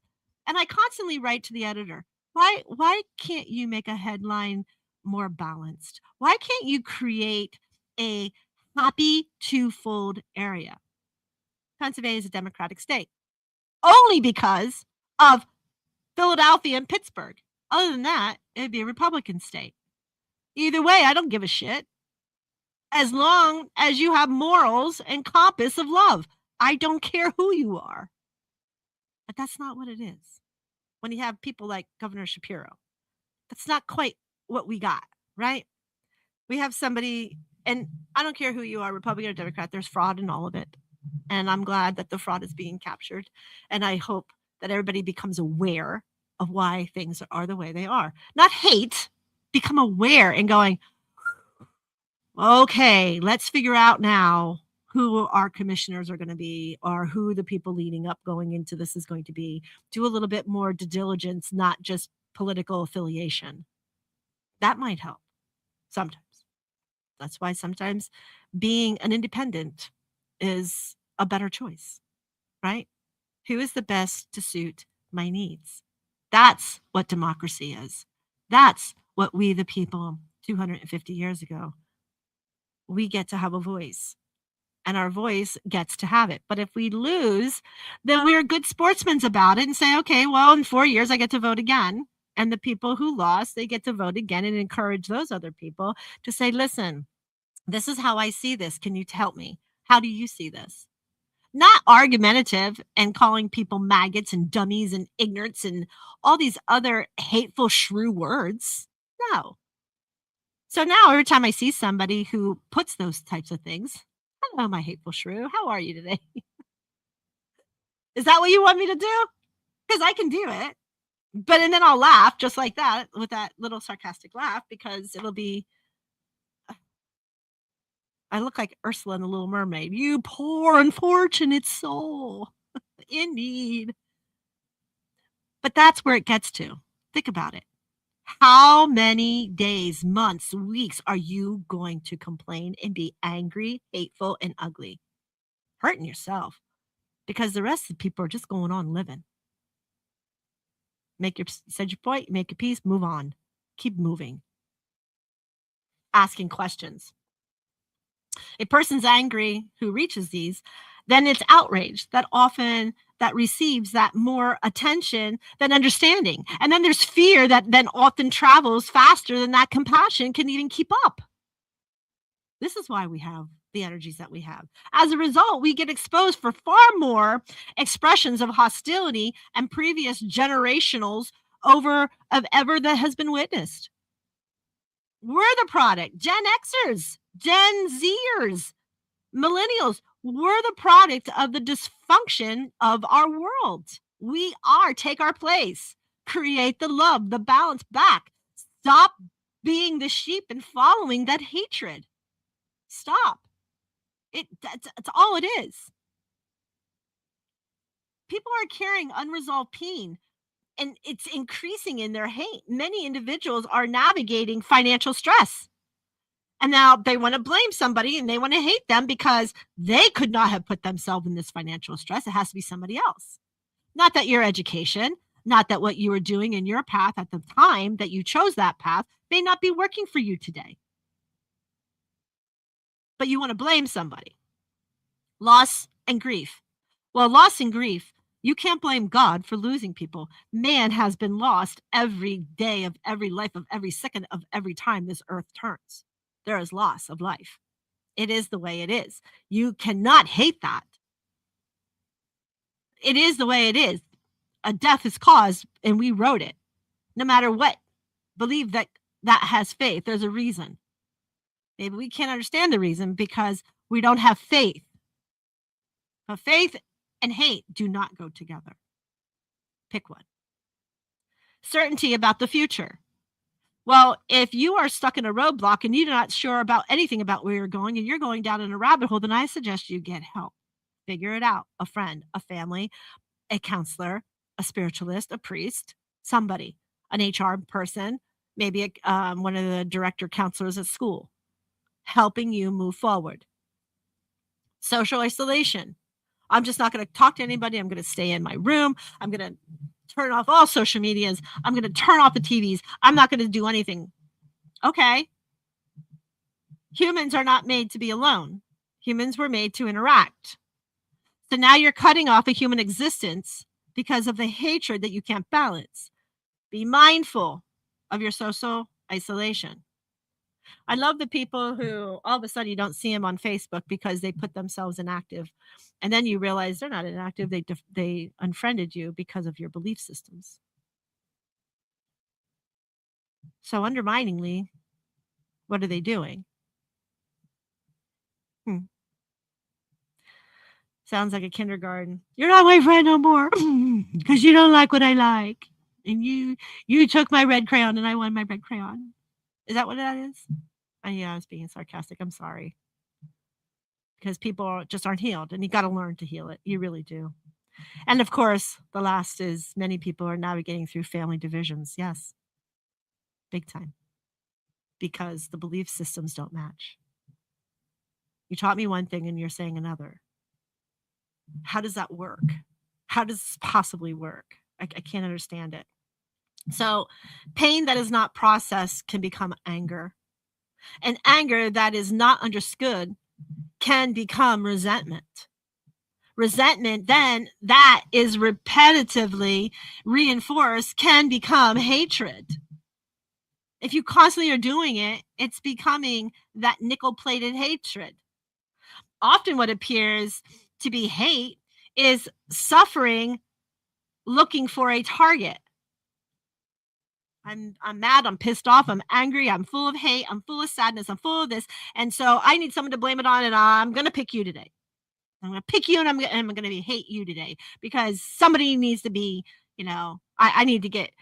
So now we have a buildup of this hate, and we don't care who we go after, and we justify it by our egos and our judgments. And that's how we're justifying this, to be able to be mad at them and then make demands upon them to make you happy.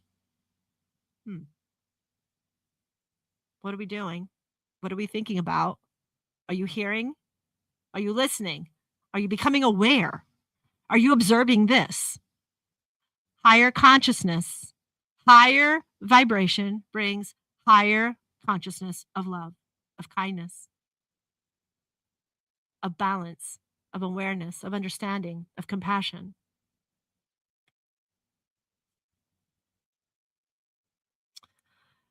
So we are living through rapid change. I told you in the beginning, change affects everybody. People do not like change. Old dog, new tricks. It can be. But I think the older you get, and I'm one of them, the older I get, I don't care. It hurt me. To me, it hurt me to back away from the computer world. You can ask anybody in MBR. This morning, I couldn't get my headsets to hear Joel on the other side. Here's this thing, right? It's not his responsibility. It's his. MBR belongs to him. He's the owner. However, it's not his responsibility for my lack of education of computers. But because he has so much love and compassion, and he opened this for the veterans to show them a new way, he puts himself out 20 hours of a day, because it's all different time zones, it's all different people. And he could get angry very quickly at veterans who are just taking his parcels and his kindness. Do you understand? He's choosing not to. He's choosing to work through these things. Makes sense, right? This morning, I'm like, it's okay. However, it's going to look on the camera today, and I know I see those little fuzzies, kind of going with it. It's all going to work itself out, and it's going to be the way it's supposed to be sooner or later. I'll get used to my hands not hitting the mic. I'll get used to the lights being in my face. I had practice this weekend with my mother's phone, her notifications. Some for whatever, I think my sister put it in there for her. She now has it, the flash, and goes off because she can't hear the ring, and I understand it. Oh my gosh, it blinded me, and I had a lemon in my hand. I was just squeezing a lemon, so of course I went like that with my eye, and then the lemon, and then the whole thing was just a watery, bloodshot mess. Looked like something stabbed me in the eye, because her phone was so close to my eye when it went off. It was funny, hysterically at the time. But you can see the realm of if I couldn't, you can understand somebody's anger at the time and hate. I wasn't angry, I just started laughing because it was just so funny. But I can understand it. So throughout history, we have the periods of major social, economic, technological, and cultural changing that has created such a diverse energy. And that diverse energy creates then the anxiety of not knowing. Okay? But we can if we want to. I don't know if I want to learn it. I don't have a fear of it. I would rather feel God's grace and the earth's energy and study quantum physics before I would study AI and IT stuff.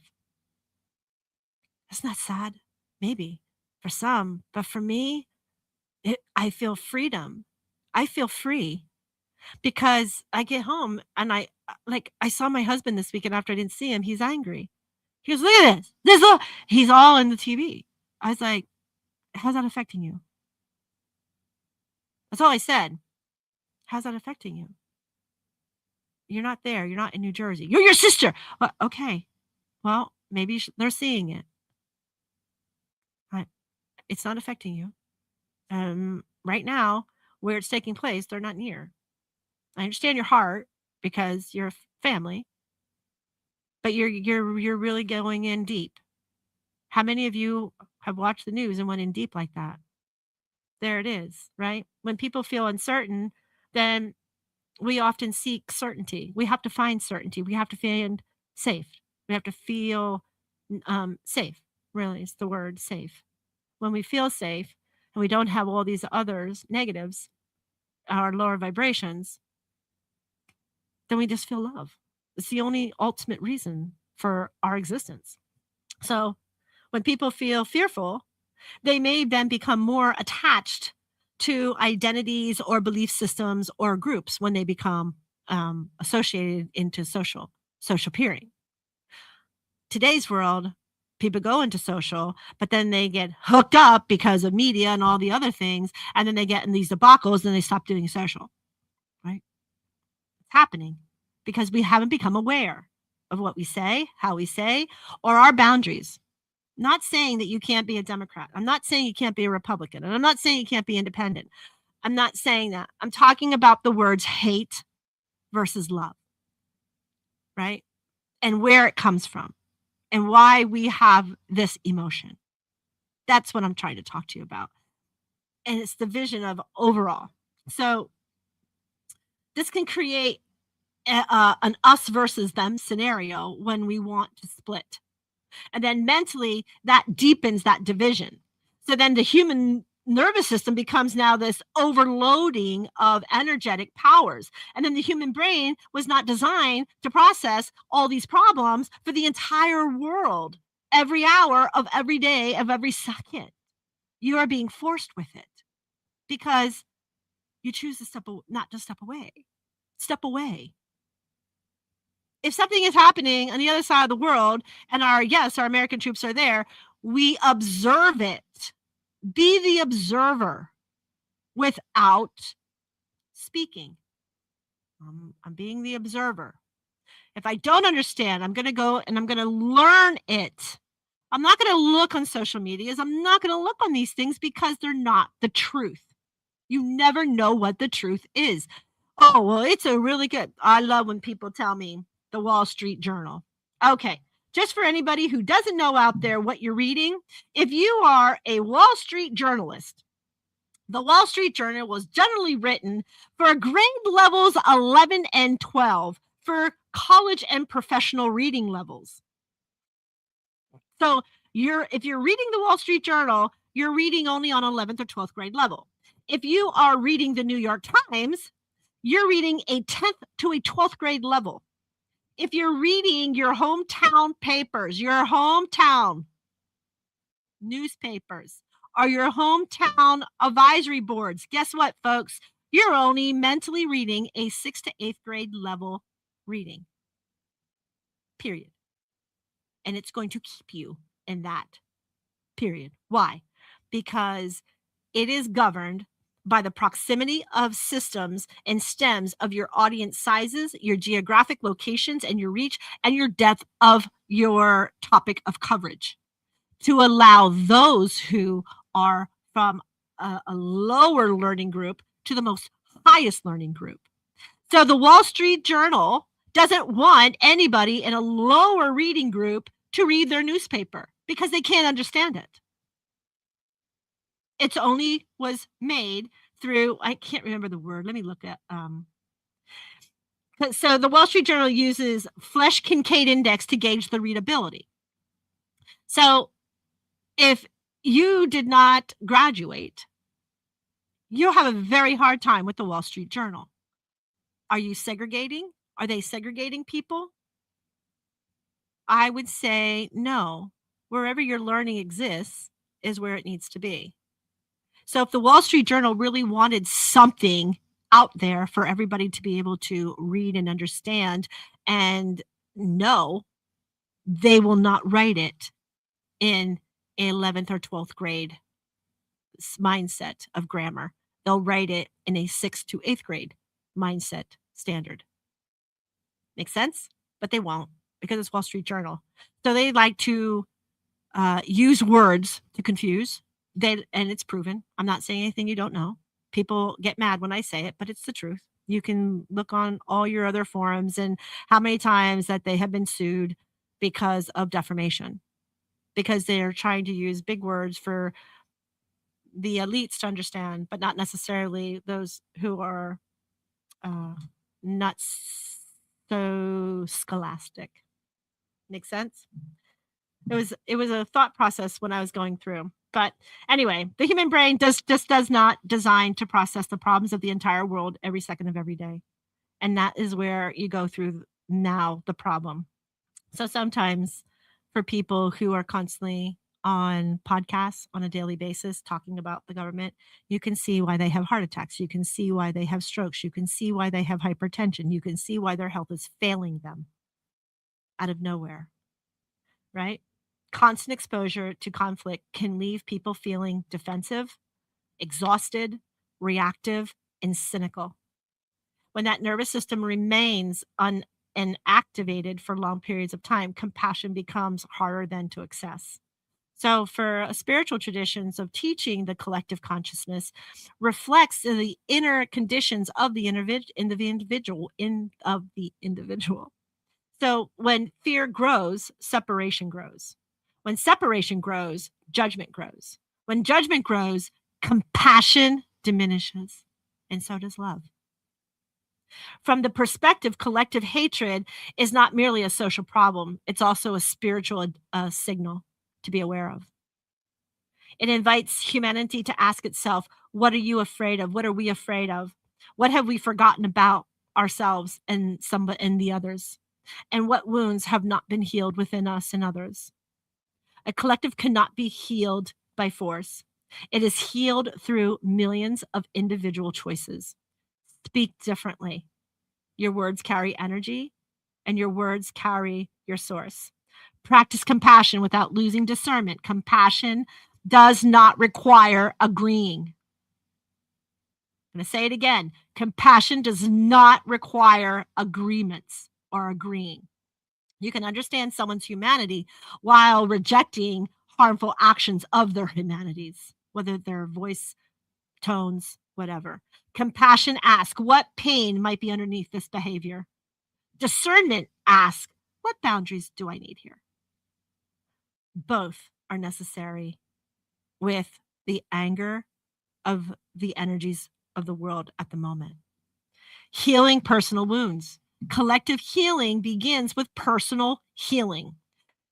Every resentment released, every forgiveness offered, and every unhealthy pattern transforms, contributes to a larger whole. Many spiritual traditions teach that inner peace is not separation from world peace. That building of your genuine human connection, hate thrives in distance. That's why you see so many people on social media with hate, because they're not facing you. They're not in front of you. They're not talking to your face. They're behind a screen. So understanding grows in relationships. When people share stories, meals, struggles, dreams, labels often fall away. You labeled somebody until you heard their story. Everybody has a story. So become what it is that you wish to see. More patience, more listening, more kindness, more courage, more compassion. Think about when people cut you off and don't like you or hate you. You would say, God, could you just give me a minute to listen to what I'm trying to, that's not what I meant. Just listen to what I'm trying to tell you. You're not listening. Could you just understand what I'm going through? Not because one person changes everything. Yeah, it's because every collective is made of individuals and their own journeys. So the spiritual reflection, imagine humanity as a vast body. When one part of our body is injured, the whole body feels the effect of it. We compensate. The answer is not to hate. that wounded part of us? The answer is to bring healing into it. So when we hate, we bring the healing into the hate. We associate that where it stems of that hate. Where's that root? Where's that seed? And we want to go directly there. Many teachers, spiritual teachers across different traditions have expressed that a similar truth, which is darkness is not removed by more darkness. Fear is not healed by more fear, and hatred is not transformed by more hatred. The collective heals even though the people choose awareness over reaction, and understanding over assumptions, and compassion over condemnation. That does not happen all at once. It happens. Okay. So in a collective healing, let me go back. In collective healing, it doesn't all happen at one shot. It happens conversation by conversation, family member by family member, community by community, and heart by heart. You ever hear somebody hug and I said, now give me your heart when you hug, heart to heart? Most people hug on the right side, and change it. I want your heart. Change it. I want you to feel my heart because I love you. Hug them on the left. In that sense, collective healing is not a destination. It's a practice humanity renews every day. Every day. So the next time you use the word hate, or you hear the word hate, start thinking, where's the compassion? Where's the understanding? Where's the mindfulness? Where is it? What do I have to do? I'm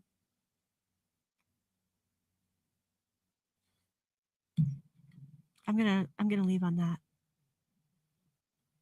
That's a lot. Find love, find kindness, find compassion, find understanding, find balance, find strength, find order, and you got it. If you're still stuck, unpacked all that is stacked on a trauma, maybe you're looking at something that is just the tip of the iceberg and not the full iceberg. Okay, folks, be mindful in our words. Our heart is always open, and be service to others. That's how you stay in conscious, positive awareness and thinking. When we can understand the compassion and the trouble and somebody else's story, that maybe we don't see the full picture. I'm MJ, aka Mary Jo.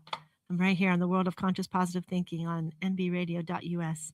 May the angels carry you home and protect you with abundance of love, passion, happiness, and all that it is that you deserve and desire most. I will see you next week, Monday. I promise this time, next week, Monday. I can't promise because there's so many free will. But normally I'm here every Monday at 9 a.m. I said last week, but then I was like, oh my gosh, that just creeped up on me. And I didn't realize it was memorial. So here's my memorial. There it is. My heart. I love you. I love the United States of America. Happy birthday, America. And get your flags out. Get your red, white, and blues out. And be proud of who you are and where you are and what you've learned already. Yes, we have so much to learn as humans, but we got the power to do it. So I'll see you next week right here. Same time, same bat channel. And away we go.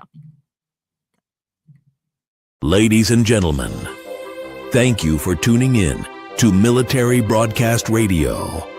As we wrap up today's show, we want to remind you that the podcast of today's episode will be available right after we go off the air.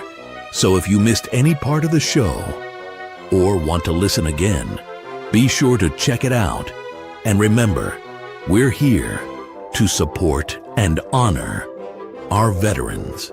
Your stories and experiences matter, and we are committed to giving you a platform to share them. That's right. We're here to give our veterans a voice. So don't forget to catch the podcast and stay connected with us. Giving our veterans a voice.